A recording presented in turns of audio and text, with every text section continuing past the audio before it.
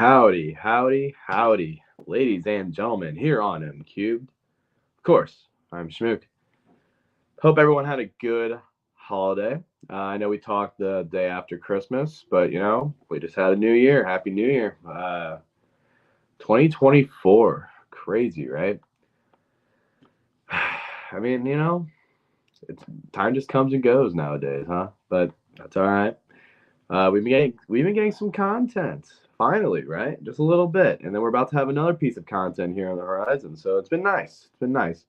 But that'd say we're in here for a little bit of a drought afterwards. But we had what if. I wanted to talk just the first 5 episodes in this one, and then the last 4 in next week's episode, where we're also gonna discuss the first episode of Marvel's Echo. All right. So that's what we're doing next week. It's a part 1 for What If. We'll do the other half next week as well as Echo. So I'm excited to talk about this show. So yeah, What If? Frankly, So to set the groundwork just a little bit. Sorry, my back is it. My gosh. Anyway, uh, I did not love the first season of What If. I thought it was good. I did think it was good. I don't know. I just felt like there were some episodes I just didn't love. I thought the team up was okay. I did like the whole inclusion of Ultron with like the Infinity Stones and whatnot. I thought that was sick, and of course he's in the Vision armor, right? So that's cool. Uh, with this season, I know when they released the episode titles, I was not in love with what they were gonna be because I'm like, with What If, I think you can do like way cooler things. Like what if Steve Rogers did the snap, or uh, what if Thor brought everyone back instead of Hulk? What if it was the other half of the Avengers that snapped away, that blipped, right? I think there's a lot of good possibilities, but like I like what they're doing where it becomes like a continuance of a story where it's like, oh, okay, we're building up to something. Half of these episodes are like very one-offy, but then it's gonna all come together in some way, which is cool, which is really cool. That's what they did with the first season, and that's what they led up to with this season for the first 5 episodes, right? Uh, but anyway, if you're watching the stream, say hey. I want to know who's in here. I want to know. I'm also curious who's seen these episodes, the first 5 episodes. What if season two, and where the fun thing is that season 3 is already confirmed. It's already confirmed, which is nice. Because again, I do enjoy it. I think it's good content. I think they upped the animation though quite a bit. I think it looks way better this go around. I'm still not in love with the animation. Don't get me wrong. But I do think it's definitely an upgrade. Because I did not. That was my biggest gripe. I think because I'm like, you're Marvel Studios. You're ran by Disney. Get some better animators. That's my thought process. My thought process. It's all right, David. David, if you haven't, you can still chat, see if it sounds cool or not, and see if it piques your interest after watching. But again, you're ran by Disney. I think you could get a little bit of a better animators on. But I think it looks fine. It's not bad animation. It's just not my favorite. It's not my style. Like when I go and watch like Star Wars Visions, I'm like, oh, this looks beautiful, But so yeah, what if season 2? We'll go off of episode 1. And episode 1 was the one with what's her face? Not Gamora, Nebula, right? Awesome. Yeah. If you watched, make sure to say what your favorite episode was out of the first 5. I'll tell you mine at the end, and I'll probably rank them too. And then at the end of next video, or I'll rank every single one. But anyway, so for this episode, we have Nebula as a part of the Nova Corps. And I wasn't like in love with this episode, but I did think it had some really cool stuff in it. Like you get you get Howard the Duck in there. You get Jude Law's character from Captain Marvel, who's helping out Nebula. You get Korg. You get Thor in there, so it's cool. But wasn't in love with it. but I do think this was one of the better ones of the season. I agree with Harris. I think it was very Blade Runner esque, and this type of Marvel I kind of want to see. Because like with the sci-fi business of it, I think you could really go into that very like hard sci-fi cyberpunk atmosphere if you really want to, and that's what I got from this episode. So I thought it was good. Not my favorite, not my least favorite, but it's just because Nebula is just not one of my favorite characters. Episode 1, which was cool. Yeah, I agree, Mark. They did definitely go for a bit of a film noir, which was sick. I do think episode 2. I think episode 2 looked the best out of all of these, in my opinion. Frankly, I think it was the best, but we'll get to that. Yeah, no, I'm with you, Mark. Have you only watched the first 2 episodes? But I do think episode 2 was way better than episode 1. I'm with you. I'm completely with you there. But anyway, I guess to get into the second episode, it's like, what if? It's basically what if Yondu limiting to just the first half. Yeah, I agree. It makes it easier. It's a lot, and I'd like to dive a little bit deeper into it. And I'm with you, Harris. I would love to see an extension of this because I really like that team. I thought it was cool. It would have been cool if Wasp was still around, but I did like, I thought it was that cool idea that this is a bigger threat than having to be in this Cold War right now. So the Russians send the Winter Soldier over, which I think is cool to be a part of this Avengers team. So I thought that was sick. And then of course, like you see Peggy recognized the Winter Soldier, and Howard's like, "Well, I've heard rumors," and it's like, "Oh shit!" So it's like, yeah, they knew him. They knew Bucky. So it's crazy. But yeah, this episode is what if Yondu gave Peter to Ego, right when he took him off of Earth, right? And I thought it was a fun one because like obviously Peter didn't want to be doing this, and like Peter's still a good kid.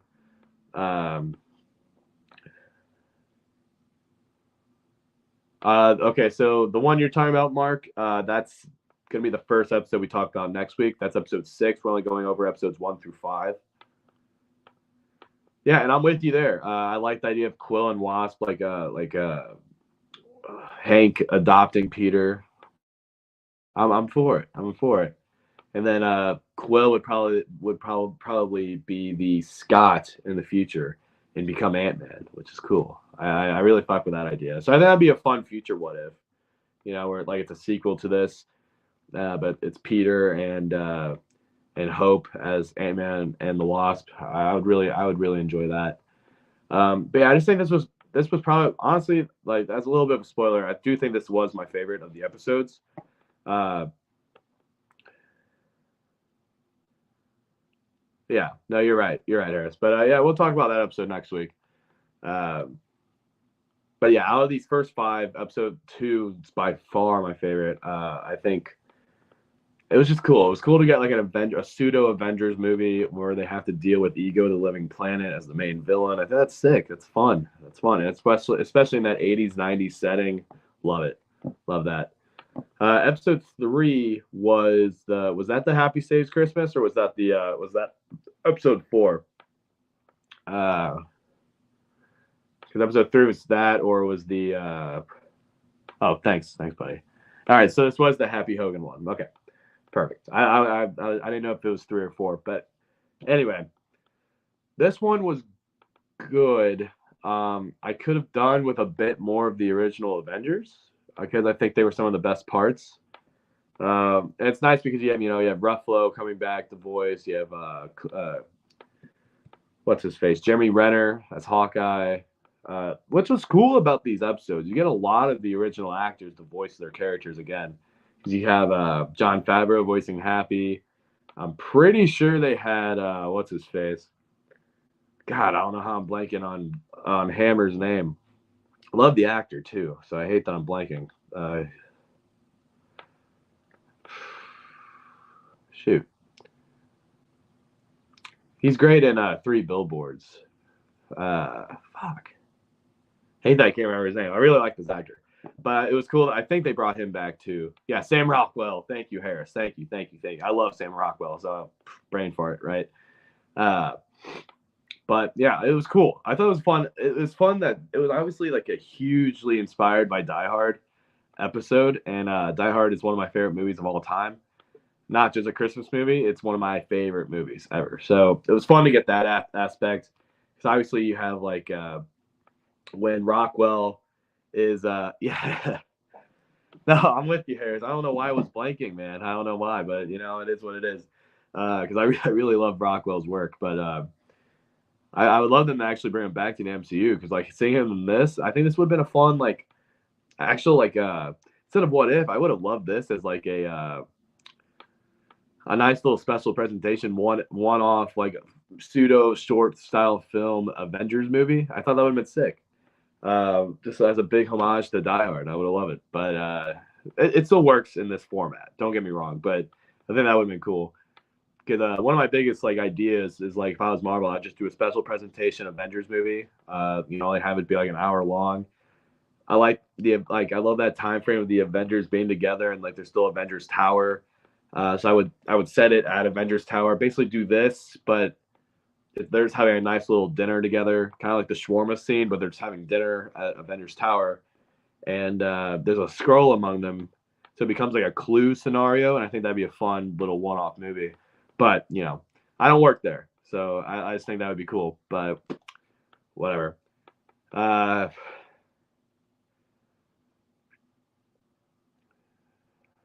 Interesting. Do I think they will have the addition of Happy getting Hulk's powers be mainstream MCU? So it's possible. I mean, I'm sure Tony had some of Banner's blood somewhere, so I can see that being a scenario. And of course, you had what is it, AIM, or basically the cleanup crew or whatever, or whoever was they were moving all this stuff to upstate New York in Homecoming, right? Uh, so I like the idea of like the government being in control of a lot of the Stark tech, which I can see Armor Wars coming into play with it, as well as Captain America, Brave New World, and Thunderbolts, since we're going to be getting Red Hulk. So I think that's how we get that scenario with Hulk's blood. Not with Happy per se, but of course with Thaddeus Ross. I think that's definitely what's going to happen. So I do think that's how it's going to be connected in some way, shape, or form. But yeah, that's just my thought process. I think we're going to get a lot of Hulk stuff here in the near future, which I'm excited for.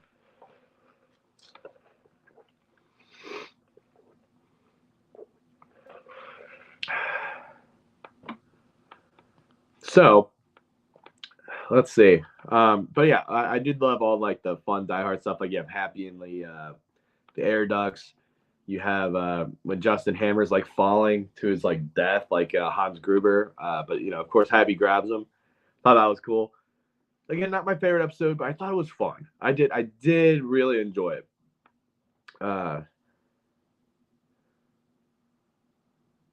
Yes, David, that's exactly what if is. It's like, so instead of this happening, what if this happens? Because it's the whole multiverse, and like all it takes is one different thing to shift gears completely. So I think that's cool. I think they did the best work of this within episode 5. Even though episode 5 is not necessarily my favorite episode, it is in my top 3. Excuse me. I would say it's in my top 3 of all the What If episodes overall, which we'll get to. But I'll explain how it's like that more so within that episode, because I think they do that best in episode 5. But episode 4, so it's like the idea of,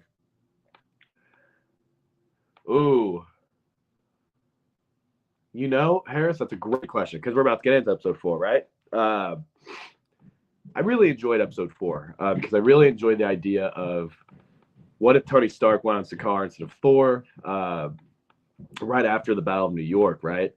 And like when he's out in space and he's able to just go to Sakaar, right? After he drops the nuke on the Chitauri army.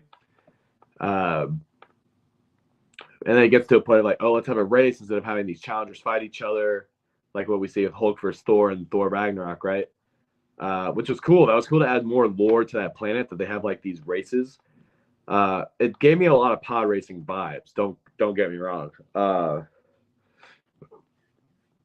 because it felt more, because that was more for the kiddie side of things, right? Because, excuse me, because of course it's still Disney, right? So it gave me a lot of the pod racing vibes, but then I will say it gave me a lot of Mad Max energy. So it's like I think it was Mad Max. It was like less so, death racy. So I like that. I got both vibes ultimately, but I thought it was really cool. I think it added a lot of lore to that planet, so I thought it was sick. And I like Tony Stark. Yeah, right. It felt very Mad Maxy in my eyes, but again, still like family friendly, like pod racing, right? So I thought it was sick. I really enjoyed, Korg and Tony Stark interacting. I thought having Gamora there was cool too. But then I did really fuck with the Tony Stark Grandmaster interactions, because Grandmaster's obviously like he has a huge ego too. So it's like him and Tony interacting just hits. So I was a big fan of this episode. Out of the first five though, again, I think the first one I do like, as much as I enjoyed the vibe all around of the first episode. I think this and the Happy Saves Christmas are closer, and like I don't know where I rank them. Where I think I like both of those more than the first episode, and I like episode 2 more than episodes 3 and 4. But these are the ones that I find hard to rank. But I did enjoy both of these for sure. But yeah, I don't know. I don't know if I enjoyed this vibe more or if I enjoyed the Happy Saves Christmas, because at least with the Happy Saves Christmas, you get a lot of Die Hard stuff, which I really loved. But I don't know. Something about this episode was fun. You get a lot more lore within like that planet's universe and whatnot, and it was just cool. It was cool. Korg being ever slightly more serious, which I agree.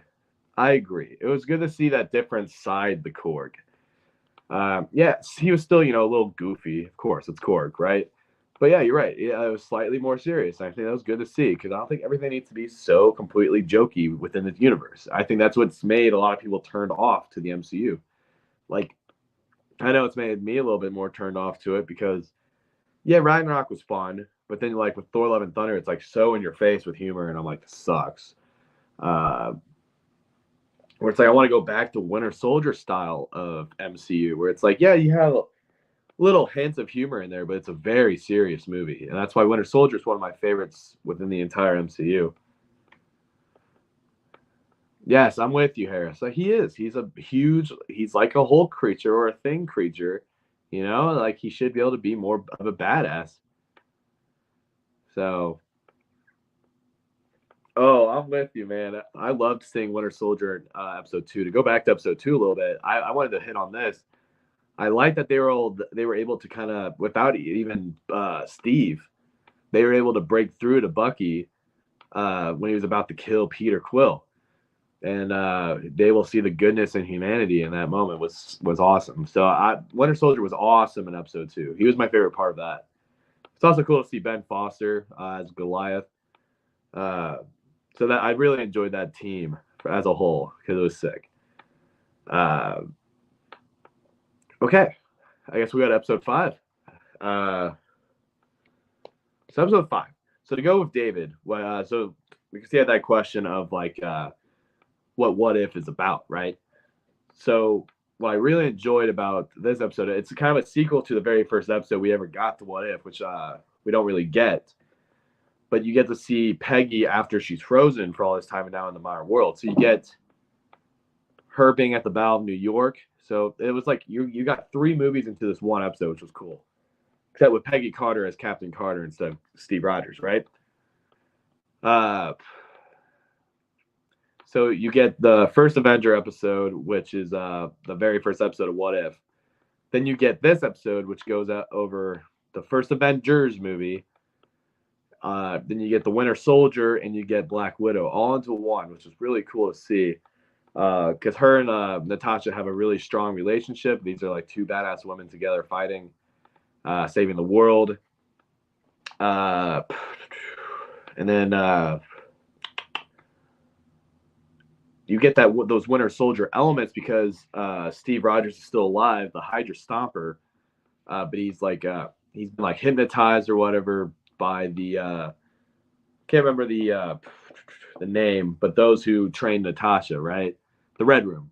Okay, so you get those Winter Soldier elements of Bucky trying to, or Peggy trying to break through the Cap, or Captain Carter trying to break through the Hydra Stopper in this case, and she's able to do that, and they're able to still have their love story, which is cool.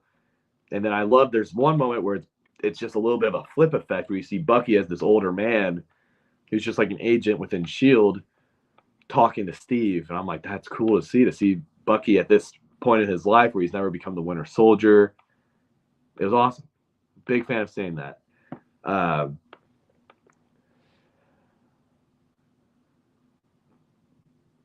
No, I know, Harris. I noticed this last week when you weren't here.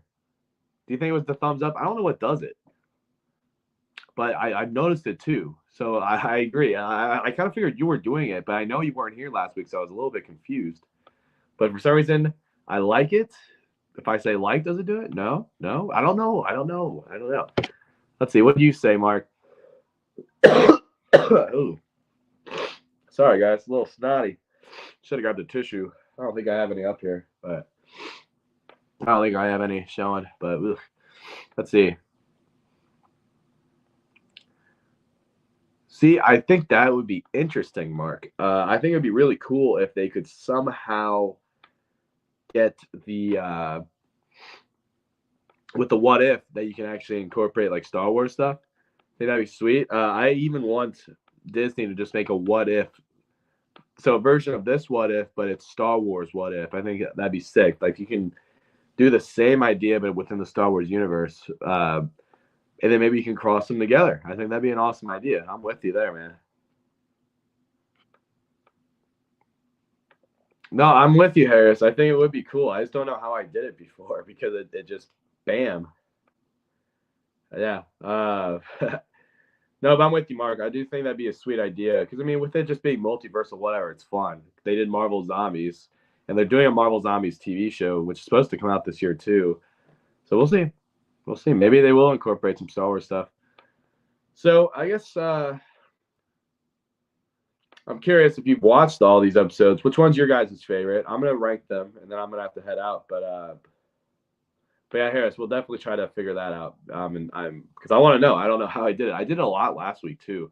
I noticed I would always see like the thumbs up thing just appear, and I'm like, huh, weird. But anyway, so when it comes to all these episodes, if I'm forced to rank them, I think I like episode 2 the most. I think I enjoyed the vibes the most. It was just a completely different setting to see this Avengers team deal with an interesting threat, with it being someone that we know, Peter Quill. I thought that was cool, especially seeing Peter Quill have all of these powers, which we got obviously a good taste of within Guardians of the Galaxy Volume 2. But to see him have those as a kid is neat as well. And him being a threat to the world, yet he doesn't want to be a threat. He's still a kid who cares about Earth. That's where his mother's from. And he loves music. That's how I loved seeing Hope and him bond over music. And that's where Hope's like, oh, he's a good kid. And so she was able to break through to her father, who was able to break through to him, which is great. Titled The Worlds Between. And it covers the different timelines and worlds within the world between worlds. Yeah. No, I'm with you, Harris. I think that'd be sick. But again, I think if they wanted to, they could just brand it What If, and it'd be like included with the World Between Worlds. You can maybe have, so the Watcher, we can have it just be Anakin Skywalker within the World Between Worlds. Be like, oh, here's what would happen if this went down. Blah blah blah. I think that'd be cool. So yeah, number 1, I think it's gonna be episode 2. Like, what if Peter Quill? Blah blah blah. Number 2, I think it's gonna be episode 5, like with Peggy and the Hydra Stopper. I just really enjoyed the vibe of that episode. And I like that it covered 3 movies all at once.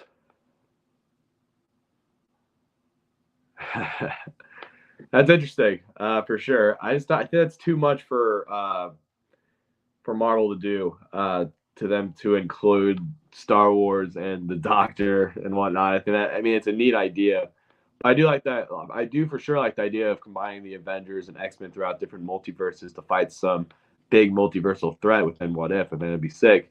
And with animation, I feel like there's so much you can do with animation. You're not restricted as much. You can just get voice actors who can sound a lot like the characters, which we got with like Tony Stark and Steve Rogers. which is nice, and that's how we can get good Avengers level content without having to wait God knows how long for a movie. Like at this point, when we get the next Avengers movie, it's going to be 7 years since the last one, which is a long time to wait for an Avengers movie, in my opinion. Because it was between Ultron came out in when 2015, right? And then we got Infinity War 3 years later, 2018. Is that right? Yeah, that sounds right. And I think 3 years is a good time window. I understand they needed a good break. They needed to set up a lot of things after completing the first saga, so I get it. But 7 years seems way too long to wait for an Avengers movie. See, okay, that's a cool idea too. Make a video game like Kingdom Hearts with Star Wars characters, Marvel characters, the Doctor, whatever other properties they now own, Avatar maybe even. It'd be interesting. And then let's see. So we have episode 2, episode 5, and then we have. I think I'm gonna go. I think I like the. As much as I like the Happy Stays Christmas episode, I think it had cool elements.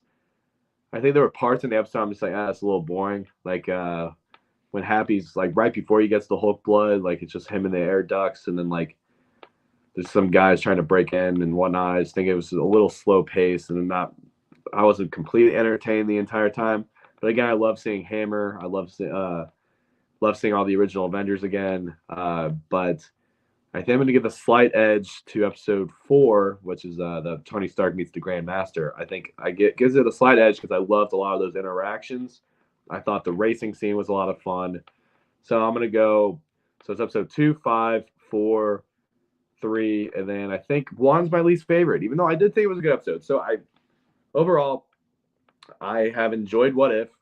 I think the first half was really good, and I guess you guys will have to wait till next week to see what I think with the last 4 episodes. So with that, guys, I'm going to call it quits. But What If, big fan. If you haven't watched it, make sure to watch them all before next week's episode. We'll go over them all again. I'll give a final ranking on all the episodes and then go more in depth with these episodes we have not covered. But we're going to do that. So we're going to cover these last 4 episodes next week.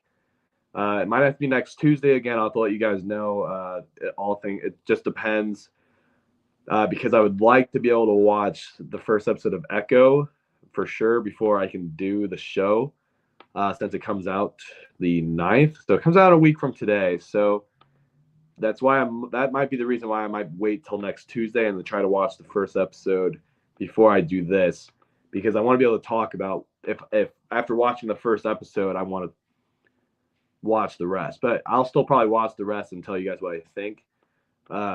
Unless it's so god awful, I just can't do it. But I've seen some cool clips. Like there was a fight between Echo and Daredevil that was released in a TV spot that looks pretty dope. So I'm excited. But I am with you, Mark. You have all these IPs. It'd be sick to see some sort of ultra interlinked like connection of some sort. And I think animated form is probably your best bet. Unless they 20 years from now they want to have some ultra crossover. I just don't see it happening. Oh, awesome, David. Awesome. That's good. I think it'll help. But again, I just don't think it was necessary. But it's good that you watched Hawkeye, because even though it's not my favorite MCU Disney Plus show, I did find a lot of enjoyment with Hawkeye. I really loved Kate Bishop with that. It was cool to get introduced to Echo, and then you get to see Kingpin for the first time within the MCU. So that's awesome you did that, buddy. But yeah, next week we're going to talk Echo in these last 4 episodes of What If. So make sure to come in then. And then tomorrow, I'm going to put this in there too for whoever's watching. Come on G Cubed, which is our gaming side of things. We are going to, me and 3 of my buddies are going to play some Black Ops 3 Zombies, and we plan on doing the Garad Krovi Easter egg. So we've been doing that a lot recently. Just me and my buddies, we don't get a lot of time throughout the week to game, but we love zombies, so we've been doing that. And I'm just like, screw it, we might as well stream it for y'all, because it's good content, it's fun, and a lot of people I think really enjoy COD Zombies, so I think it'll be a good stream. But yeah, I think that'll do it, guys. All right. So make sure to like and subscribe, and I'll catch y'all very soon. Bye-bye.